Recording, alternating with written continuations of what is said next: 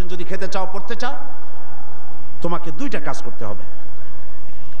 ওয়ালাউ আন্না আহলাল কুরা আমানু ওয়াত্তাকাউ লাফাতাহনা আলাইহিম বারাকাতিম মিনাস সামাই ওয়াল আরদ। আল্লাহ পাক বলেন, যদি জনপদের লোকেরা, দেশের লোকেরা দুইটা কাজ যদি করে, কয়টা কাজ? দুইটা কাজ যদি করে, আমি আল্লাহর উপরে যদি ঈমান আনে আর আমাকে ভয় করার নীতি যদি অবলম্বন করে চলে, তাহলে আমি রব্বুল আলামিন ওই দেশের মানুষের জন্য আকাশ আর জমিনের সব বরকতের দরজা খুলে দেব। কি ওয়াদা কার? আল্লাহ কি ওয়াদা ভঙ্গ করেন? কখনো, তিনি কখনো ওয়াদা ভঙ্গ করেন না।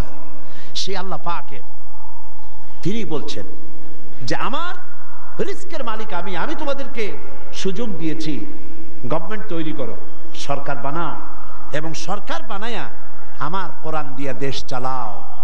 তবে কোরআন দিয়ে যদি দেশ না চালাও, কোরআন শরীফের মধ্যে আল্লাহ অন্যত্র বলেছেন ক্ষমতা দেই, ক্ষমতা দিয়া আমি চুপ বুঝে বসে থাকি না। আল্লাহ কি ঘুমান? বলেন আল্লাহ কি ঘুমান? হযরত মুসা আলাইহিস সালাম একদিন আল্লাহরে বলেন, আল্লাহ তুমি নাকি ঘুমাও না? আল্লাহ পাক বলেন, অবশ্যই ঘুমাই না। তোমার বিশ্বাস হয় না? কয় আল্লাহ অবশ্যই বিশ্বাস হয়, তবে বুঝি না, আমার বুঝে আসে না। তো যখন তুমি বিশ্বাস করো, বুঝে যখন আসে না, তাহলে আমি বুঝাই দেব। বিশ্বাস না করলেই তো সর্বনাশ, বিশ্বাস না করলে কি সর্বনাশ। ইব্রাহিম আলাইহিস সালাম আল্লাহরে বলছিলেন, রব্বি আরিনি কাইফা তুহিয়াল মাউতা, হায় আল্লাহ তুমি মরারে জিন্দা বানাও কেমনে? আল্লাহ কয় আওয়ালাম তুমিন, বিশ্বাস করো না? হযরত ইব্রাহিম আলাইহিস সালাম বললেন বালা। তিনি নাম বলতে পারতেন, নাম মানে হ্যাঁ, আর বালা মানে, দুটো শব্দের অর্থ একরকম না, যদিও ব্যবহারিক পদ্ধতিতে বিভিন্ন জায়গায় দুটো একই অর্থে ব্যবহার হয়, কিন্তু আর্থিক দিক থেকে অর্থাৎ পারিভাষিক দিক থেকে দুটো অর্থে ব্যবহার হয়। হযরত ইব্রাহিম বলতে পারতেন বিশ্বাস করিয়া, নাম। তিনি নাম বললেন না। আল্লাহ বললেন আওয়ালাম তুমিন, বিশ্বাস করো না? জবাবে আমার জাতির পিতা, কে বললেন? আমার জাতির পিতা। চিল্লায় কোন কে? আমার জাতির পিতার নাম কি? আমার জাতির পিতা বললেন বালা। এর অর্থ কি? হয় নট, কেন নয়, অবশ্যই বিশ্বাস করি। ওয়ালাকিন লিয়াতমাইন্না কলবি, কিন্তু আল্লাহ আমি যদি দেখতে পারি তাহলে আমার মনটা একটু ঠান্ডা হয়। শোনা কথার দেখা, এর মধ্যে একটু পার্থক্য আছে তো। আল্লাহ কয় তাহলে আমি তোমার দেখাবো, বিশ্বাস যখন করছো আমি তোমার দেখাবো। মুসা আলাইহিস সালাম কয় আল্লাহ তুমি নাকি ঘুমাও না? কয় ঘুমাই তো না। তুমি বিশ্বাস করো না? কয় করি। বুঝি না। কয় তাহলে বুঝাই, এক গ্লাস পানি নিয়ে আসো। মুসা আলাইহিস সালাম এক গ্লাস পানি নিয়ে আসলেন। আল্লাহ কয় দাঁড়াই থাকো। গ্লাস একটা নিয়ে মুসা আলাইহিস সালাম দাঁড়ায় আছেন। আল্লাহ মুসারে হুকুম করলেন গ্লাস নিয়ে দাঁড়াও, আর ঘুমেরে কইলেন মুসারে ধর। ঘুম এসে মুসা আলাইহিস সালামের ধরছে। এখন হাত গেছে শিথিল হইয়া, হাতের থেকে গ্লাস পড়িয়া ভাঙ্গা টুকরা টুকরা হয়ে গেল। মুসা আলাইহিস সালাম ভয় পেয়ে গেলেন। আল্লাহ রাব্বুল আলামিন বলেন ভয়ের কোনো কারণ নাই, আমি তোমাকে পরীক্ষার জন্য, বোঝার জন্য, তুমি বুঝতে পারো নাই আমি কেন ঘুমাই না, সেই বোঝাবার জন্যই গ্লাস হাতে নিয়ে দাঁড়ায় থাকতে বলছিলাম। তুমি মুসা একটা গ্লাস পানি নিয়ে কিছু সময়ের জন্য দাঁড়াতে পারলে না, ঘুম তোমাকে হাত শিথিল করে দিল, গ্লাস ভেঙে চুরের চুরমার হয়ে গেল। আর ওই তামাম বিশাল আকাশ, এই সোলার সিস্টেম, এই পৃথিবীতে আকাশে জমিনে গ্রহ নক্ষত্র সৌররাজি নবমণ্ডল ভূমণ্ডল কুল কায়নাত পুরা সৃষ্টি আমার হাতের মুঠার ভিতরে রয়েছে। গোটা পৃথিবীর সব কিছুর ট্রাফিক আমি আল্লাহ কন্ট্রোল করি। আমি যদি ঘুমায় যাই আকাশ আর জমিনের কোনো সিস্টেম আর বাকি থাকবে না। কোরআন শরীফের ভিতরে আল্লাহ রাব্বুল আলামিন সাফ করে বলেছেন লা তাখুযুহু সিনাতু ওয়ালা নাওম। পড়েন লা তাখুযুহু সিনাতু ওয়ালা নাওম। আল্লাহর ঘুমও নাই, তন্দ্রাও নাই। সুবহানাল্লাহ।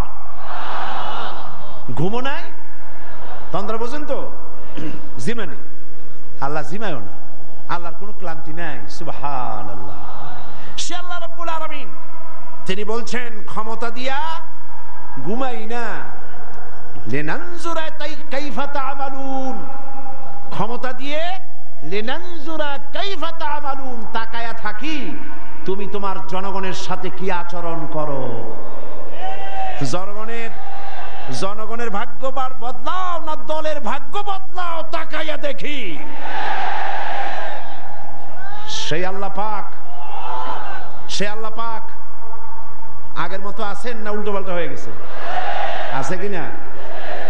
আয়াতুল কুরসির ভিতরে আমরা পড়ে থাকি আল্লাহু লা ইলাহা ইল্লা হুয়াল হাইয়ুল কাইয়্যুম।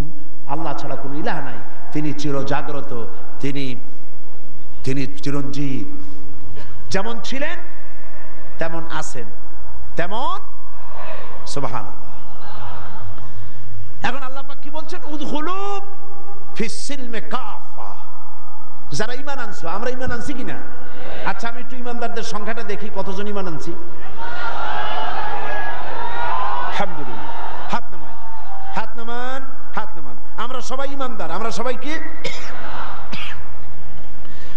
তো ঈমানদারদেরকে আল্লাহ পাক বলছেন উদখুলু ফিস সিলমে, পরিপূর্ণরূপে দাখিল হয়ে যাও। কিসের মধ্যে? সিলমের মধ্যে। আত্মসমর্পণ করো, সারেন্ডার্ড হয়ে যাও। আমাদের জাতির পিতা হযরত ইব্রাহিম আলাইহিস সালামকে আল্লাহ রাব্বুল আলামিন অর্ডার করলেন আসলিম, সারেন্ডার করো। আসলিম, সারেন্ডার করো। কাকে বললেন? জাতির পিতাকে। কাকে বললেন? জাতির পিতা হওয়া এত সোজা নয়। গোটা মুসলিম মিল্লাতের পিতা, তাকে পরীক্ষা দিতে হয়, ইমানের পরীক্ষা, হাবিজাবি ফালতুর পরীক্ষা না। কিসের পরীক্ষা?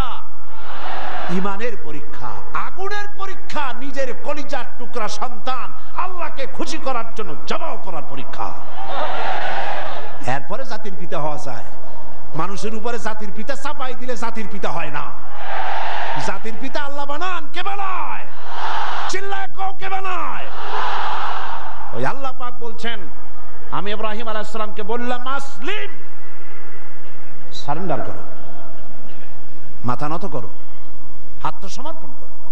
আমার জাতির পিতা ইব্রাহিম আলাইহিস সালাম একটা প্রশ্ন তুললেন না যে আল্লাহ কোন কোন ব্যাপারে আমি আত্মসমর্পণ করব, কোন কোন ব্যাপারে আমি সারেন্ডার করব, কোনো প্রশ্ন নাই। আমার রব তিনি বলেছেন আসলিম। আমার জাতির পিতা এক সেকেন্ড দেরি না করে সঙ্গে সঙ্গে বলেছেন আসলামতু লিরাব্বিল আলামিন। পড়েন আসলামতু লিরাব্বিল আলামিন। সারেন্ডার্ড হয়ে গেলাম, আনকন্ডিশন, কোনো শর্ত ছাড়াই, বিনা শর্তে, বিনা প্রশ্নে আমার রবের সামনে আমি আমার মাথা নত করে দিলাম। সুবহানাল্লাহ। আল্লাহ তারে গোটা বিশ্বের নেতা বানাবেন, গোটা বিশ্বের কিয়ামত পর্যন্ত মুসলমানদের জাতির পিতা বানাবেন।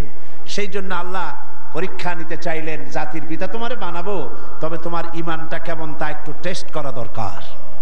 আল্লাহ টেস্ট করলেন, ফালাই দিলেন আগুনের মধ্যে। আগুনের ভিতরে ফালানো হচ্ছে।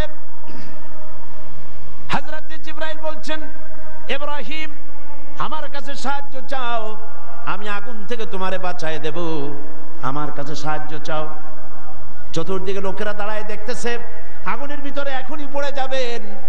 কোন মানুষ এমন আছে এইভাবে করে আগুনে সহজে পড়তে পারে, যিনি জানেন আমি পুড়ে যাব, ওনার পরিণতি কি হবে, আগুনে পড়বেন কি পড়বেন না, তা তো ইব্রাহিম আলাইহিস সালামের জানা ছিল না, ঠিক কিনা? কিন্তু তিনি জিবরাইলের প্রশ্নের জবাব দিলেন, তার প্রস্তাবের জবাব দিলেন। জিবরাইল গো, আমি তোমার কাছে সাহায্য কেন চাইব? আমি তো এমন কোন অন্ধ আল্লাহর ইবাদত করি না যে আল্লাহ তার বান্দার দুঃখ দুর্দশা নিজের চোখে না দেখেন। আমার আল্লাহ তো অন্ধ নন। তবে আমি আগুনে পুড়ে গেলে, আগুনের ভিতরে আমি পুড়ে ভস্ম হলে আমার রব যদি খুশি হয়ে যান, তাহলে আমি আমার রবকে খুশি করার জন্য 1000 বার পড়তে রাজি আছি। ঝট করে পড়ে গেলেন আগুনের ভিতরে। ইমানে তিনি পাস করলেন, ফার্স্ট ক্লাস, ফার্স্ট হয়ে গেলেন ইমানের পরীক্ষায়। আমার আল্লাহ রাব্বুল আলামিন ইব্রাহিম দড়ি ছিঁড়ে আগুনের ভিতরে পড়ার আগে রব্বুল আলামিন আগুনের প্রতি নোটিশ করে দিলেন, ইয়া নারু কুনি বারদাও ওয়া সালামান আলা ইব্রাহিম। আগুন আমার ইব্রাহিমের জন্য শান্তিদায়ক ঠান্ডা হয়। সুবহানাল্লাহ, শান্তিদায়ক ঠান্ডা হয়। এমন ঠান্ডা হইল, আগুন তো জ্বলতেছে, কিন্তু ইব্রাহিমের পছন্দ দূরের কথা, গায়ের জামাও পড়ে নাই। সুবহানাল্লাহ। এ হলো জাতির পিতা, ইমানের পরীক্ষা। তিনি বলেছেন, আসলামতু লিরাব্বিল আলামিন, আমি আমার প্রভুর সামনে মাথা নত করে দিলাম। আল্লাহ আবার পরীক্ষা করলেন। এক পরীক্ষা হলো না, পৃথিবীবাসীর সামনে তোমাকে দেখাতে হবে যে তুমি সত্যি জাতির পিতা হওয়ার যোগ্য। সুবহানাল্লাহ। সবেমাত্র ৮০ বছর বয়সের সময় ছেলে হয়েছে হযরত ইসমাইল। আল্লাহ রাব্বুল আলামিন অর্ডার করলেন, চলে যাও, এই নবজাতক সন্তান আর তার মাকে নিয়ে মরুভূমির ভিতরে রেখে আসো। কি কত বড় মারাত্মক অর্ডার! সারা জীবনের শেষ প্রান্তে এসে একটি মাত্র কলিজার টুকরা সন্তান পেয়েছেন, বউ আর বাচ্চা সুদ্ধা ফেলে আসতে হবে মরুভূমির মধ্যে। আশ্চর্য কথা। কোনো প্রশ্ন করেন নাই যে আল্লাহ নিষ্ঠুর ওয়াদাটা, এই অর্ডারটা আমার কেন তুমি করলা? আমার উপরে এত বড় কঠিন পরীক্ষা, এ তো আগুনের পরীক্ষার চাইতে আরো মারাত্মক। আমি আমার বাচ্চাকে কেমনে মরুভূমিতে বানায় রেখে আসবো? কোনো প্রশ্ন করেন নাই। এখন আল্লাহর ঘর যেখানে, মক্কা শরীফে আল্লাহর ঘরটা যেখানে দাঁড়িয়ে আছে, এইখানে হযরত ইব্রাহিম আলাইহিস সালাম তার ছেলেকে আর স্ত্রীকে রেখে এলেন। হযরতে হাজরা বলেন, ইব্রাহিম, আমাকে যেখানে রেখে যেতেছ এর কারণটা কি? আমি কি অপরাধ করেছি কোন কারণে আমার নবজাতক সন্তান শুদ্ধ এখানে তুমি রেখে যেতেছ? কোনো জবাব নাই। আবার জিজ্ঞেস করলেন, কেন রেখে যেতেছ? কোনো জবাব নাই। তৃতীয়বারে হযরত হাজরা বুঝতে পারলেন তার স্বামী আল্লাহর পয়গম্বর, আল্লাহর নির্দেশ ছাড়া কোনো কাজ তিনি করবেন না। তিনি প্রশ্ন করলেন, ইব্রাহিম, এটা কি আল্লাহর হুকুম নাকি?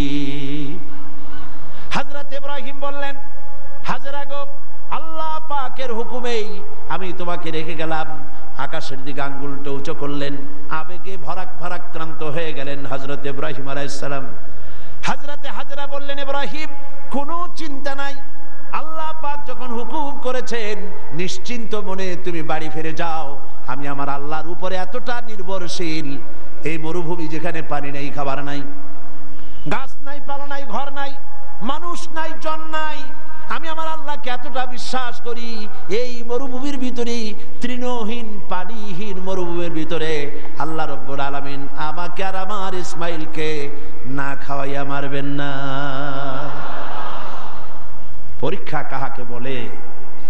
হযরত ইব্রাহিম আলাইহিস সালাম চলে গেলেন, একবার ফিরেও তাকান নাই। সুবহানাল্লাহ কইতে পারলেন না। এখানে পরীক্ষা শেষ হলো না। ছেলে একটু বড় হয়েছে, দৌড়াতে পারে, জ্ঞান বুদ্ধি কিছুটা হয়েছে। আল্লাহ পাক অর্ডার করলেন, যাও এইবার ছেলেকে জবাহ করো। এই পরীক্ষা আগুনের পরীক্ষার চাইতে সহজ নাকি? সুবহানাল্লাহ, সুবহানাল্লাহ। জাতির পিতা হযরত ইব্রাহিম আলাইহিস সালাম একবারের জন্য বলেন নাই, রব্বুল আলামিন, এত বড় কঠিন হুকুম আমি কিভাবে পালন করব? তুমি আমার প্রতি দয়া করো, আমাকে শক্তি দাও, সাহস দাও। কিচ্ছু বলেন নাই। হুকুম হয়েছে, চলে গিয়েছেন। ছেলেকে কাছে ডেকে বললেন, ইন্নী আরা ফিল মানাম আন্নী আযবাহুক ফানজুর মাযা তারা। ইয়া বুনাইয়া, হে আমার কলিজার টুকরা সন্তান, আমি স্বপ্নে দেখেছি আমি যেন তোমাকে জবাহ করছি। ফানজুর মাযা তারা, এখন তুমি বলো তোমার মত কি, তোমার রায় কি? হযরত ইসমাইল আলাইহিস সালাম বাপ পয়গম্বর, ছেলেও কি পয়গম্বর হয়ে যাবেন। ছোট্ট ছেলে হযরত ইসমাইল বলছেন, ইয়া আবাতি ফাআল মা তু'মারু সাতাজিদুনি ইনশাআল্লাহু মিনাস সাবিরিন। হে আমার পিতা, হে আমার সম্মানিত পিতা, মা তুমার, আপনি সেটাই করুন যেটার প্রতি আপনি আদিষ্ট হয়েছেন। ওই বাচ্চা ছেলে বুঝতে পেরেছে আমার পিতার স্বপ্ন স্বপ্ন নয়, নবীদের স্বপ্ন ওহীর সমান। ইয়া বাতি ফাআল মা তুমার, আল্লাহ পাক আপনাকে যে আদেশ করেছেন আপনি তা পালন করুন। সাতাজিদুনি ইনশাআল্লাহু মিনাস সাবিরিন, অবশ্যই আপনি আমাকে ধৈর্যধারীদের মধ্যে পাবেন। সুবহানাল্লাহ। এই পরীক্ষাও হযরত ইব্রাহিম আলাইহিস সালাম পাস করলেন না করেন না? করছেন কিনা? আল্লাহ পাক বলছেন দেখো ব্যাপারটা কি হলো। হযরত ইব্রাহিম তো জানেন না যে ছেলে জবাহ হবে না, আর ছেলেও জানে না যে সে জবাহ হয়ে যাবে না, কথা ঠিক কিনা? হযরত ইব্রাহিম আলাইহিস সালাম ছেলেকে জবাহের জন্য প্রস্তুতি নিলেন। এবার দেখেন কোরআনের ভাষাটা কি। আল্লাহ পাক বলছেন ফালাম্মা আসলামা ওয়া তাল্লাহু লিল জাবিন, ফালাম্মা আসলামা উদখুলু ফিস সিলমে কাফা, সেই সিলমুন এখানেও সেই সিললাম এখানেও আসছে আসলামা। ফালাম্মা আসলামা, যখন তারা বাপ বেটা দুজনেই আনুগত্যের মস্তককে অবনত করে দিল। হযরত ইব্রাহিম দিলেন, আল্লাহর হুকুমের সামনে মাথা নত করে ছুরি হাতে নিলেন, আর হযরত ইসমাইল পিতার হুকুমের সামনে আল্লাহর হুকুম অনুযায়ী গলাটা পেতে দিলেন। ফালাম্মা আসলামা ওয়া তাল্লাহু লিল জাবিন, গলাটা কাট করে দিলেন। হযরত ইসমাইল বললেন আব্বা একটি কাজ করুন, আমাকে জবাহ করার আগে আমার হাত পা একটু ভালো করে বেঁধে দিন, আর আপনার নিজের চোখটাও একটু ভালো করে বাঁধেন, কারণ আমি আপনার একমাত্র সন্তান। আমাকে জবাহ করতে গেলে আমার গলার উপরে যখন ছুরি ধরবেন আপনার কলিজায় মায়ার উদ্রেক হয়ে যেতে পারে। চোখটা বেঁধে নেন আর আমার হাত পা বাঁধেন যাতে করে আমার হাত পা আপনার গায়ে না লাগে। আর আমি মরে যাও, আমি জবাহ হয়ে যাওয়ার পর আমার রক্ত মাখা জামাটা নিয়ে আমার মাকে দিয়ে দিবেন, আর বলবেন ইসমাইলের সঙ্গে কিয়ামতের দিন তোমার সঙ্গে দেখা হয়ে যাবে। হযরত ইব্রাহিম আলাইহিস সালাম ইসমাইলকে বাঁধলেন, নিজের চোখ বাঁধলেন, হযরত ইসমাইলকে জবাহ করতে যাবেন। হযরত ইসমাইল বলেন আব্বা আমার একটা ভুল হয়ে গেছে, আমার হাত পায়ের বাঁধন খুলে দেন। হযরত ইব্রাহিম বাঁধন খুলে দিলেন আর জিজ্ঞেস করলেন বাঁধতে বললে আবার খুলতে বললে কেন? হযরত ইসমাইল বললেন বাঁধার পরে আমার মনের মধ্যে একটা চিন্তা জাগলো, হাত পা বন্ধন অবস্থায় যদি আমারে জবাহ করা হয় তাহলে না জানি কিয়ামতের ময়দানে এমন প্রশ্ন উঠতে পারে যে ইসমাইল আল্লাহর হুকুমে রাজি ছিল না বলে তার বাবা তার হাত পা বেঁধে জবাহ করেছিল। এই প্রশ্ন যাতে না উঠতে পারে হাত পা ছেড়ে দেন, আমি ধৈর্য ধারণ করব, নড়ব না। সুবহানাল্লাহ। হযরত ইব্রাহিম আলাইহিস সালামকে আল্লাহ পাক এই পরীক্ষায় পাশ করায় দিলেন। তিনি পরীক্ষায় পাশ করলেন। আল্লাহ রাব্বুল আলামিন এবার আমার জাতির পিতাকে ডাকতেছেন, ওয়া নাদাইনাহু আইয়া ইব্রাহিম قد صدقت الرؤيا إنا كذلك نجزي المحسنين وناديناه أن يا إبراهيم, আমি ইব্রাহিমকে ডেকে বললাম ও ইব্রাহিম قد صدقت الرؤيا, তুমি তোমার স্বপ্নকে বাস্তবে রূপ দিয়েছো। সুবহানাল্লাহ, স্বপ্নকে বাস্তবে রূপ দিয়েছো। ইন্না কাযালিকা নাজজিল মুহসিনিন, এইভাবে মুহসিনিনদেরকে আমি পুরস্কৃত করে থাকি দুনিয়া এবং আখিরাতে। হযরত ইব্রাহিমের নাম যতদিন পর্যন্ত সূর্য পূর্ব দিগন্ত থেকে উদিত হবে আর পশ্চিম দিগন্তে অস্তমিত হওয়ার এই ধারা যতদিন প্রবাহিত থাকবে, যতদিন এই পরিক্রমা জারি থাকবে, ততদিন পর্যন্ত পৃথিবীর জাতি ধর্ম দল মত নির্বিশেষে সকল মানুষের মুখে উচ্চারিত হবে ইব্রাহিম আলাইহিস সালাম, সালামুন আলা ইব্রাহিম। সুবহান।